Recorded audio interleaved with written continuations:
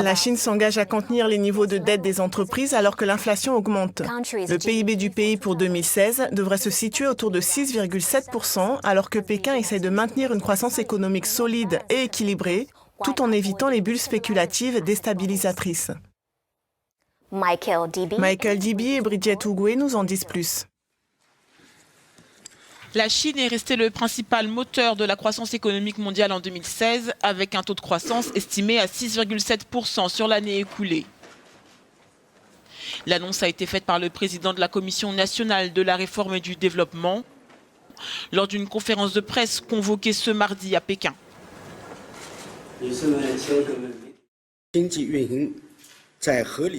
Comme on le sait, notre PIB au T1, T2 et T3 était de 6,7% et devrait rester à 6,7% pour l'ensemble de l'année.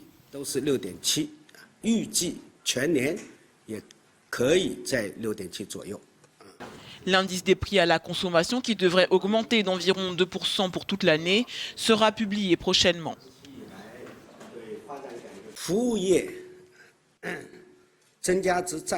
Au cours des 3 premiers trimestres, le secteur des services représentait 52,8% de la croissance du PIB, soit 13,3% de plus que l'industrie secondaire.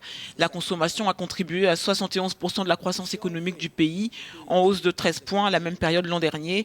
La consommation d'énergie a chuté d'environ 5%. Les émissions des principaux polluants ont continué de baisser.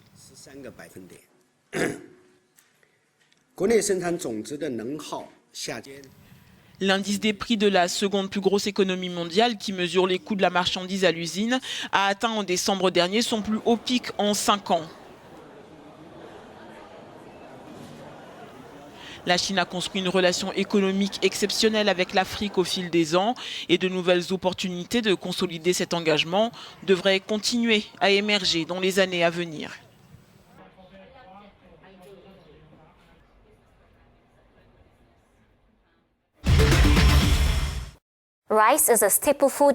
Au Sénégal, le riz est un aliment de base important. L'État d'Afrique de l'Ouest en a produit plus de 950 000 tonnes en 2016, mais des retards accumulés dans les récoltes précédentes ainsi qu'une mauvaise gestion ont entraîné des pertes importantes. Malgré cela, le pays compte atteindre l'autosuffisance avant la fin 2017. Hélène Wangalwa et Barbara Lundu nous en disent plus.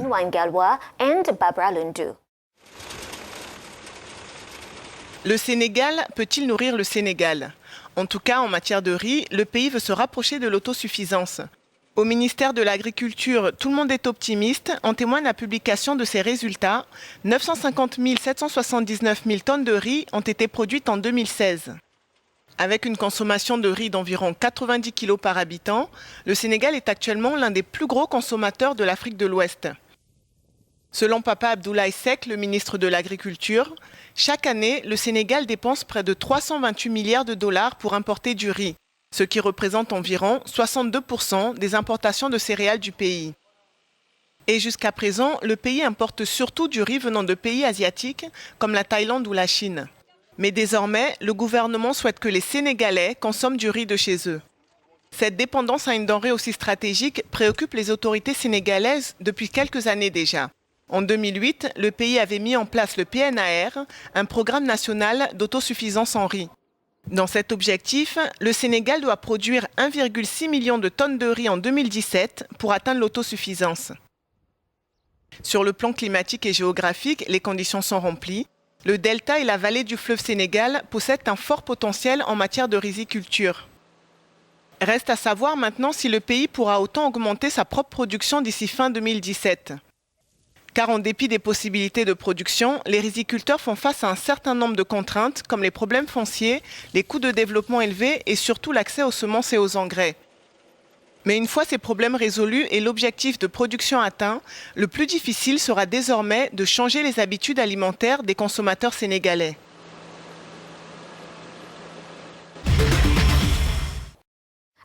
C'est tout pour l'édition de cette semaine. Restez connectés à Africa News sur Twitter et Facebook en français et en anglais. On se retrouve la semaine prochaine à la même heure.